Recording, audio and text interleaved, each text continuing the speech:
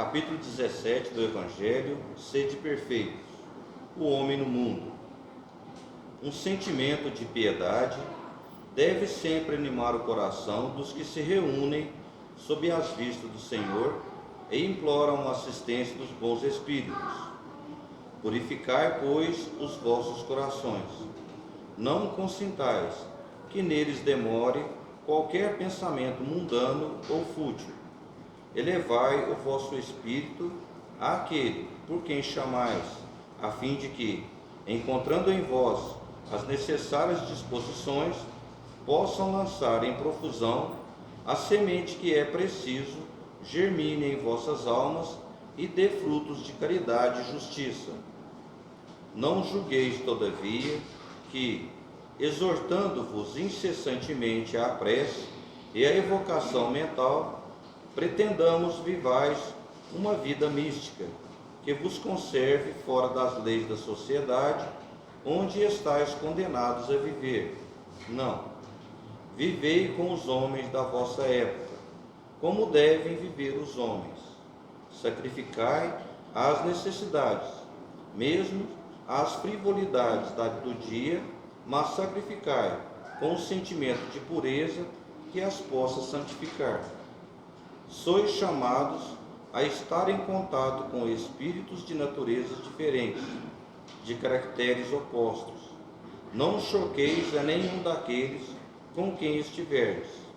Sede joviais, sede ditosos, mas seja a vossa jovialidade a que provém de uma consciência limpa. Seja a vossa ventura a do herdeiro do céu, que conta os dias que faltam para entrar na posse da sua herança. Não consintais, não consiste a virtude em assumir de severo e lúgubre aspecto, em repelirdes os prazeres que as vossas condições humanas vos permitem.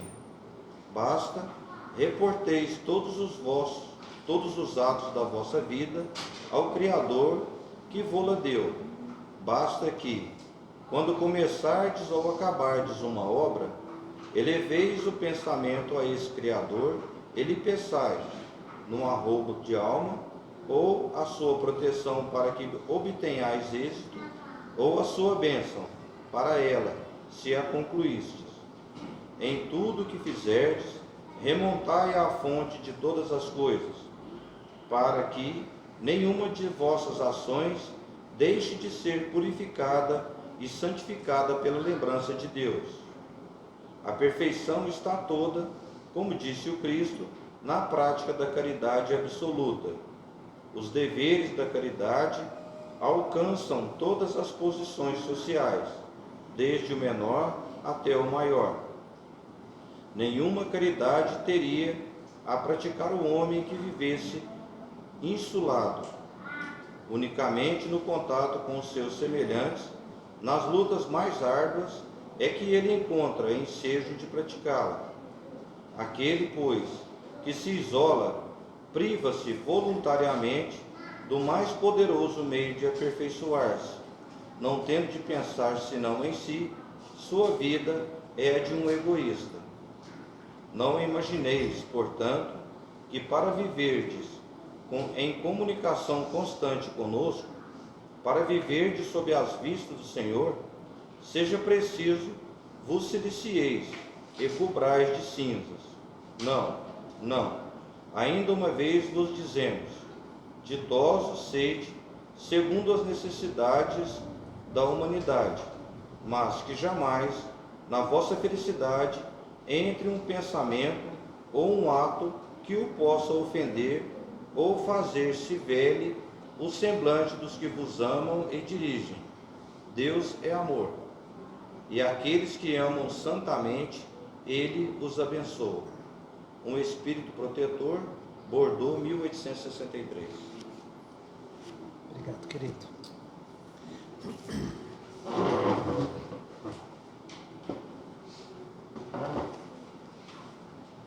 Com muita alegria, pela bênção da vida e com muita gratidão à espiritualidade amiga e sempre presente, estamos aqui mais uma vez para dirigir as nossas reflexões em torno desse tema do Evangelho, o homem no mundo, e do livro Sinal Verde, Visitação a Doentes. Essa mensagem, nós, encarnados, deveríamos lê-la todos os dias, antes de sairmos para a nossa vida diária. Esse Espírito protetor fala para nós inicialmente, um sentimento de piedade deve sempre animar o coração daqueles que se reúnem sob as vistas do Senhor. E nós buscamos no livro Verdade e Amor uma mensagem muito interessante do nosso irmão Emmanuel, intitulada Amor e Verdade, onde ele inicia dizendo para nós que nós não devemos nos esquecer de que Espiritismo é Jesus que retorna ao convívio dos homens. Jesus que retorna ao convívio dos homens. E nós espíritas, o que seremos dentro desse contexto? Seremos os olhos, seremos a voz, seremos as mãos de nosso Mestre Jesus. Portanto, esse sentimento de piedade, que segundo uma das leituras do Evangelho, intitulada Piedade, diz para nós que a piedade é a precursora da caridade. Porque é ela que desperta em nossos corações aquele sentimento fraternal, de amor, de consideração. É ele que nos faz sentir a dor do nosso próximo e nos aproxima dele, não fisicamente, mas emocionalmente. E com isso faz com que nós venhamos a mobilizar os recursos que estão em nós e em nossas mãos para o beneficiar. Então é o primeiro ímpeto que nasce em nossos corações. Nós não devemos abafar, bloquear a piedade, porque ela vai nos impulsionar em direção ao nosso próximo para a prática do bem.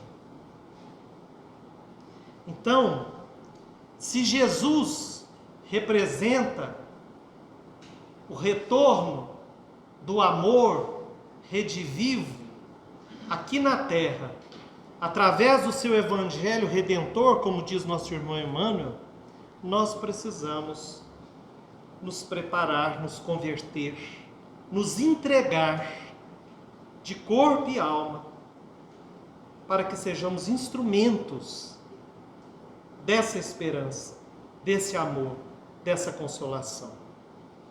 Ele vem dizer a nós com relação à verdade, porque o Espiritismo,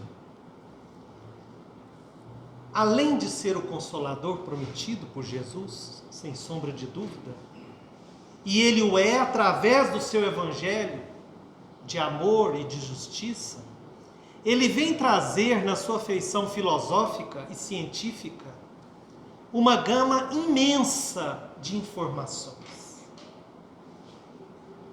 de orientações, de revelações. A principal delas, a reencarnação. Mas depois dela, como nós vemos nos diversos capítulos do Livro dos Espíritos, as relações entre o mundo espiritual e o mundo corporal. Porque somos espíritos, estamos encarnados, mas não deixamos de ser espíritos. E as leis que regem todo o universo, o mundo espiritual, também regem a nós. E as interações que existem entre o nosso espírito, através do perispírito com o corpo físico, vem descortinar tudo aquilo que até então nós não sabíamos em torno das enfermidades, das doenças, sejam elas materiais, sejam elas emocionais, espirituais. Então, nós temos sim maiores condições de compreender tudo aquilo que nos rodeia, tudo aquilo que já nos aconteceu e nós não entendemos naquela época. Hoje conseguimos entender com esse estudo. Então pode parecer a nós que estamos de posse de uma verdade que os outros não têm. E aí nós precisamos agir com muita cautela, porque ele vem dizer a nós que não basta nós termos uma devoção ardente à verdade, porque nós precisamos nos consagrar ao amor. Então, para que nós possamos cultivar o nosso entendimento fraterno entre nós uns para com os outros, para que o ideal de humanidade fulgure em nós, ou seja, em nossas atitudes, em nossas palavras, em nossos pensamentos, nós nunca deveremos esquecer a compaixão. Compaixão. Olharmos para o nosso próximo e não ir pelas aparências. Todos nós sabemos do ditado popular: quem vê cara não vê coração. Que dirá o espírito? Todos nós carregamos um passado. E esse passado, caros irmãos, em nenhum de nós foi luminoso. Os mais recentes talvez possam ter sido um pouquinho melhores. Mas os remotos, que ainda guardam nas suas sombras aqueles inimigos que ainda vão aparecer, que ainda vão surgir, que ainda vão se apresentar a nós para o devido acerto de contas, contas que eles exigem, mas que nós precisamos encarar como uma transformação de sentimentos negativos em amizade. E esse passado está e faz parte de cada um de nós. Ele nos traz dor, ele nos traz aflição, e faz com que nós, às vezes, vejamos a vida cinza, sem graça, sem brilho, sem alegria. É nesse sentido que Jesus é o sol da vida, é o amor que aquece, porque Ele nos convida a essa compaixão. A verdade, trazendo para nós a nossa realidade espiritual, vai nos conceder elementos para um trabalho ativo e assim a nossa cura. Mas em relação aos nossos irmãos em humanidade, nós precisamos utilizar a bondade que auxilia. Porque a verdade, na maioria das vezes, ela fere. Quando a criatura não está preparada para buscar na providência divina os recursos para modificar a sua atitude. renunciar aquilo que nós acreditávamos, aquilo que nós confiávamos como sendo de maior valor para nós, é uma coisa que exige de nós um esforço que nós às vezes ainda não temos a condição, nós não temos aquela fortaleza de alma para poder realmente realizar essa modificação. Os cristãos das primeiras horas chamavam isso de conversão. Mas era uma época diferente, eram pessoas que traziam uma bagagem diferente. Eles estavam com Jesus mais próximo deles, no sentido físico. A dor que campeava naquela época, ela era palpável. As pessoas eram miseráveis, elas não tinham o que comer, o que beber. Então a necessidade, naqueles corações daquela época, como um arado afiado já tinha revolvido a terra dos seus corações, preparando aquela semente que Jesus vinha trazer e divulgar através dos seus discípulos. Então eles demonstravam aquele desprendimento quase que completo.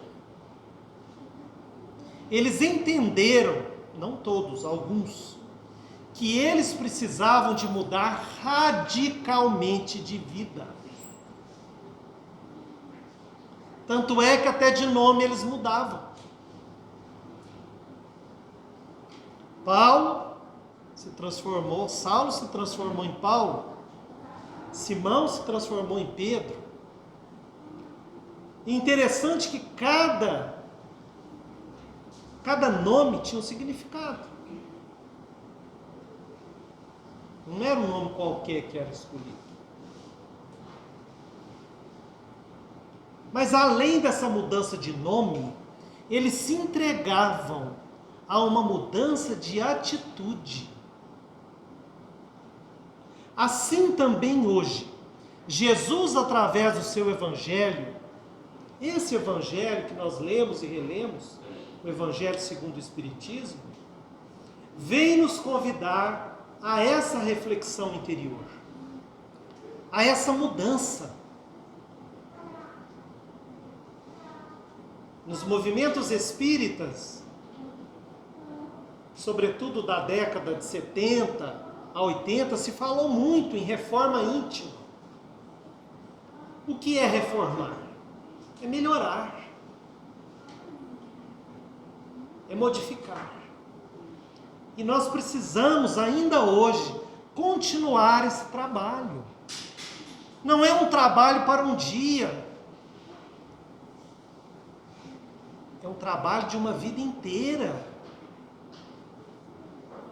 de várias encarnações, porque cada uma delas vai trazer a nós as circunstâncias necessárias, as pessoas adequadas, porque cada um de nós está no lar, está na cidade, está abraçando a profissão que necessita para o desenvolvimento das virtudes. E ao mesmo tempo que desenvolvemos as virtudes, vão ser diminuídas as imperfeições correspondentes. Então a verdade é luz, sem sombra de dúvida, porque nos traz entendimento, sobretudo por dentro de nós mesmos. Porque uma coisa que nós não devemos esquecer, caríssimos irmãos, falamos a todos que nos escutam, aqui presentes, encarnados, desencarnados, mas principalmente aqueles que vão nos ouvir através desses recursos da internet, que o Evangelho é para cada um de nós. É lógico que nós temos pessoas sob a nossa responsabilidade, filhos, irmãos, parentes, amigos. Mas inicialmente, quando o Evangelho está em minhas mãos, ao lê-lo, ao meditá-lo, eu preciso deixar que essa luz me ilumine. Se eu, ao ler qualquer frase do Evangelho, eu estiver pensando em alguém, atribuindo a utilidade daquela frase mais àquela pessoa do que a mim, eu estou fazendo assim com o Evangelho. A luz não está vindo para mim.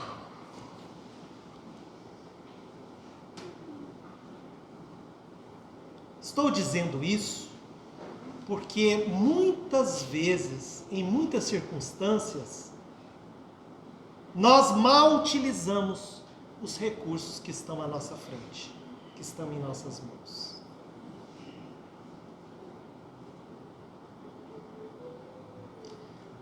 Nós somos levados por intuição várias vezes, em várias reuniões como essa, antes do passe, a relembrar aos nossos irmãos que lá dentro, ao sentar, nós não devemos pensar em ninguém. Sabemos, compreendemos que muitos de nós recebemos intuições negativas. E essa é uma delas. Eu estou sentando lá para mim tomar o passo, eu não estou sentando lá para mim pensar em ninguém. Não é egoísmo.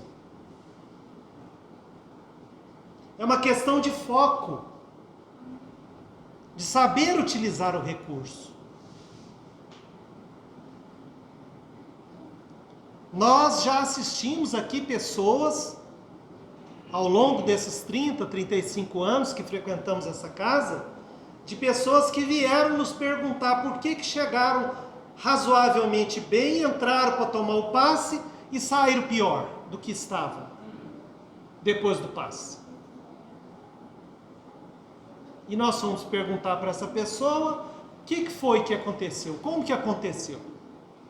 Fala com detalhe. Pessoal, eu sentei lá, comecei a pensar, numa pessoa que tá precisando, que é minha amiga e tal, está muito desesperada. E eu pergunto a vocês, então aquela pessoa que sentou lá e pensou no outro, ela não recebeu o passe? Não. Com os pensamentos dela, ela abriu um guarda-chuva. Os fluidos positivos que tinham que cair nela, não caíram, porque ela estava sintonizada mentalmente com outra pessoa. Lógico que o desejo dela era receber aquela carga positiva e destinar àquela pessoa que não estava aqui presente. Mas ela fez foi o contrário. Por uma questão de falta de habilidade mental, porque isso exige treino, exige um desenvolvimento mediúnico muito grande, ela simplesmente sintonizou e atraiu para ela os fluidos negativos que estavam com aquela amiga. Então, caríssimos irmãos, nós precisamos saber aproveitar. Para isso, nós precisamos estudar. Precisamos ler. Não apenas os romances, mas também os livros de estudo. Hoje nós estamos tendo um tempo maior para isso. E nós nem precisamos vir mais à casa espírita para utilizar da biblioteca, pegar um livro emprestado. Porque a maioria de nós tem telefone, nesse celular, tem internet. E nessa internet nós podemos baixar os livros em PDF para poder ler à vontade.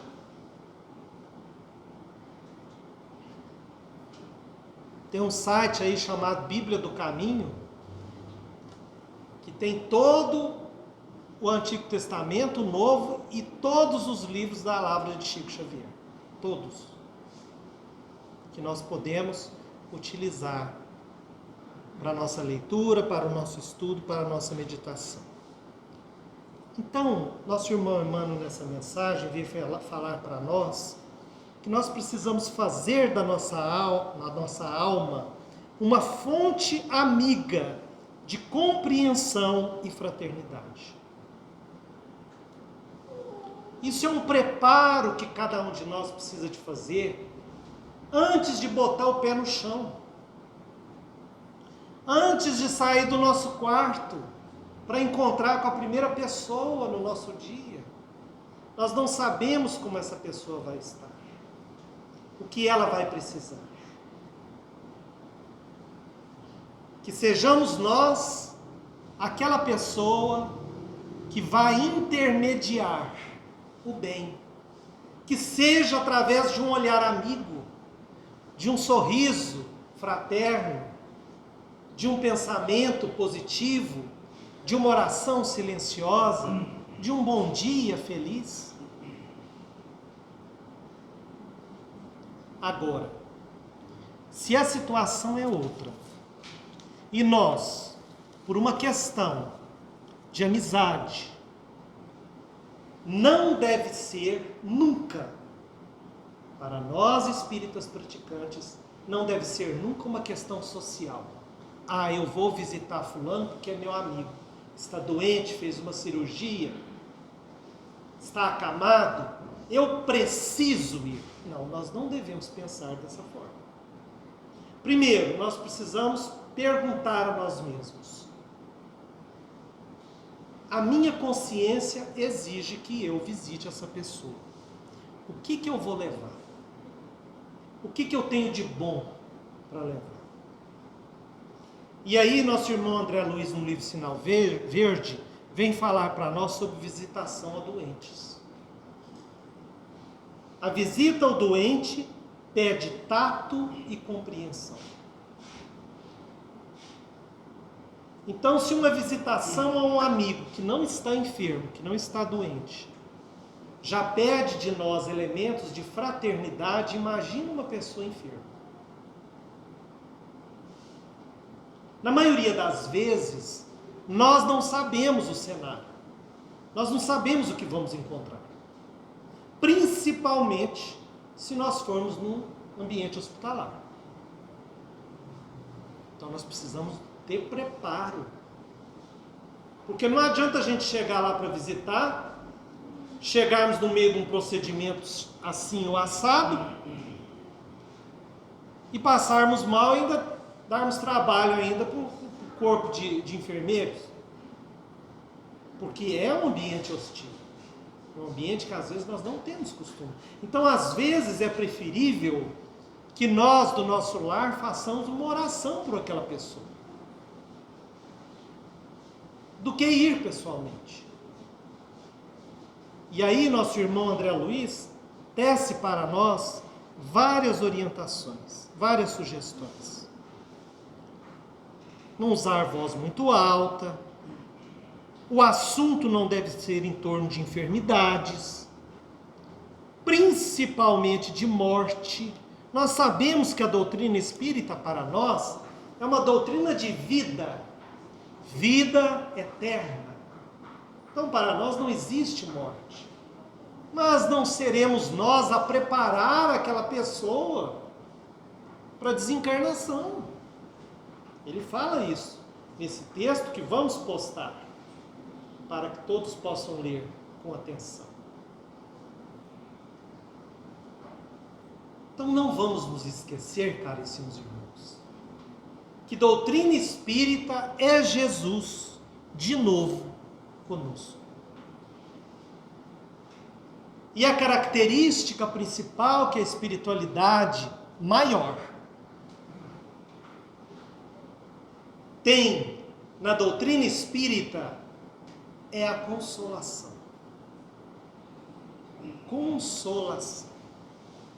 Que sejamos nós amigos fraternos, acolhedores, compreensivos, misericordiosos. Porque estamos todos nós recebendo muitas bênçãos, invisíveis, mas conseguimos sentir. O que estamos fazendo com essas bênçãos? O que essa espiritualidade amiga espera de cada um de nós? Que nós possamos multiplicar essas bênçãos em benefício dos nossos irmãos de humanidade. Então, conhecendo o Evangelho de Jesus, participando desse banquete de bênçãos, alimentando o nosso espírito dessa esperança, nós precisamos, no mínimo, transmitir aos nossos irmãos e humanidade a alegria de viver. Nós agradecemos a todos, desejamos a todos muita paz, muita luz. Tudo isso que está ocorrendo, caríssimos irmãos, está nos planos divinos devido ao que nós plantamos. Nós precisamos de colher para aprender. Se nós tivéssemos, há 2000 anos atrás, quando Jesus aqui esteve, aceitado as suas palavras, colocado pelo menos 10% delas em prática, cada um de nós não estaríamos passando por nada disso, porque nós teríamos plantado o amor, a caridade, a bondade, nós teríamos distribuído do muito que temos, um pouco com aqueles que não têm nada, mas não foi isso que aconteceu. Basta nós olharmos para trás e vermos a história. Então, que a infinita bondade de Deus nos abençoe, nos fortaleça, e que nós sejamos esse homem no mundo, mas um homem cristão, acima de tudo. Fiquem com Deus.